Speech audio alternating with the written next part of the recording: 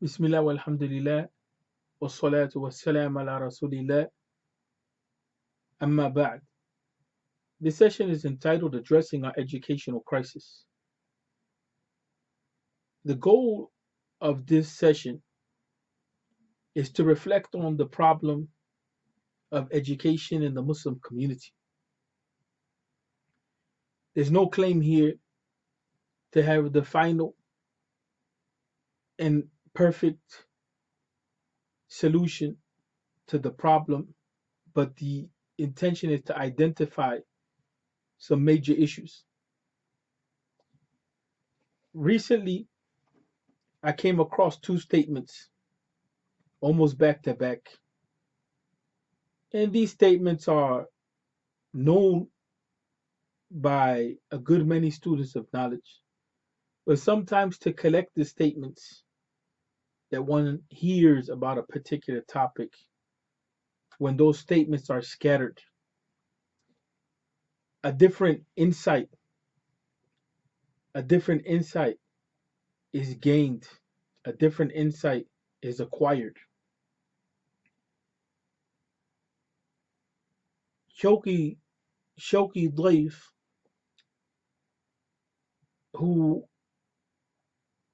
was a member of the Arabic Language Council, المجمع اللغة العربية مجمع اللغة العربية في مصر, and Ali Tantawi, who was a famous person of da'wah from Syria, both mentioned the point of importance, and they address in specific a crisis that has been taking place in teaching the Arabic language. Ali Tantawi, he introduced the Mukhtarat of Abu al-Hasan al-Nadawi, which are two volumes in which Abu al-Hasan al-Nadawi rahimahullah, he collected various types of Arabic literature as representative models of the Arabic language and as models to be studied. Ali Tantawi rahmatullahi alayhi had said that in his time period they were looking for some texts that will be suitable to introduce to high school students Arabic literature in a way which would be representative of some of the best pieces of Arabic literature, and which will allow them to be able to digest that material. And he said he found that uh, text in the Mukhtarat, in the text that was compiled by Abu al-Hasan al-Nadwi. And we'll come back to this point in a few minutes. Shawki Dlaif, who was a member of the Arabic Language Council, he made a statement, and you may be able to find this statement for those of you who have a copy of Sheikh Uthaymeen's explanation of Ajrumiyah. There's a critical edition of this text which includes this statement or this observation that's made by Shawki Dlaif. And the point is that he is at odds. He is at odds with the way the Arabic language is taught. And he talks about how the contemporary method of teaching the Arabic language has destroyed the ability of the student to have a framework by which to develop and build. And he praises the old system in Azhar, in which the student will memorize a small text like Al Ajrumiyah and repeat after the teacher, line by line, the text as the student is progressing and memorizing it. And then with time, stage after stage, the student begins to be taught the meanings of Al Ajrumiyah, and then moves on to a next text which is a little more expansive, and the next text which is a little more expansive. He felt as though that this built a scholar that was capable of having a foundation in the language, a foundation in the language, and that the contemporary educational system was problematic. Now, Ali Tantawi, he expresses a similar concern, but what he finds is that the approach that Abul Hassan al-Nadwi took in presenting the Arabic language, in particular in the Mukhtarat, it's a very viable approach. And he praised this text. And also Qasas al-Nabiyin, another text that was produced by Abul Hassan al-Nadwi, has been praised by a good many of people who are experts in the Arabic language as being a good text. So you find this discussion takes place, and I just use these examples as a way to carry the discussion. You find that this discussion takes place amongst the scholars as to how can we improve our educational system and how can we address some of the deficiencies that we are encountering. And this is just one subject area in which people have expressed concern. We can say the same thing in the teaching of hadith, same thing in teaching aqidah, the same thing in teaching fiqh, and so on and so forth. So I said that to say that we ourselves have a problem as students that come from the West and go to learn in the East. And one of the problems that we have is not having a curriculum early on that we follow or that we can be critical of. Many times, our approach to knowledge is chaotic, it's not systematic. There's no system behind our learning. We take from here and from there what Noam Chomsky calls factoids. We take facts from here and from there, and we don't have a system by which to process them. So, one of the problems that we encounter that makes up the crisis that we are confronting now is this issue of curriculum. And this is something I spoke about before, right? This issue of curriculum. Now, some people do follow curriculum, like some people follow Dars and Nizami,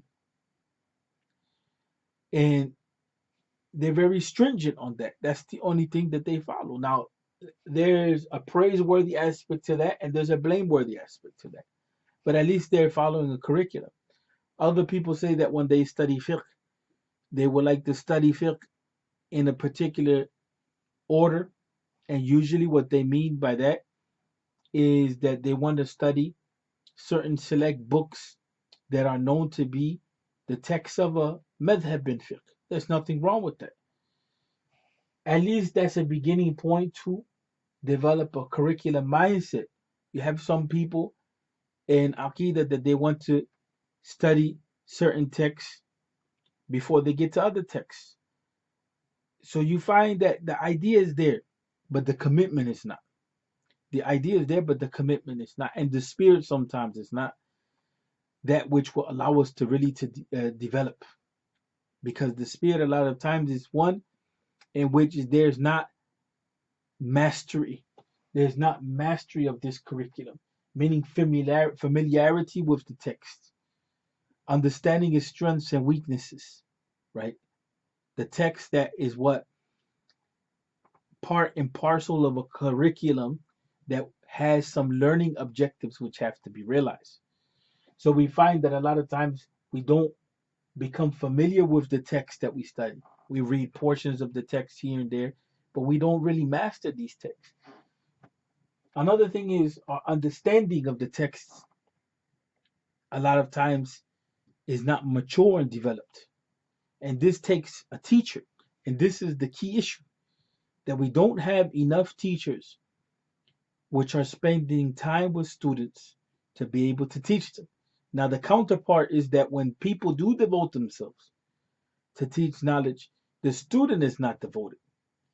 So the culture that we have to develop is one in which education becomes important.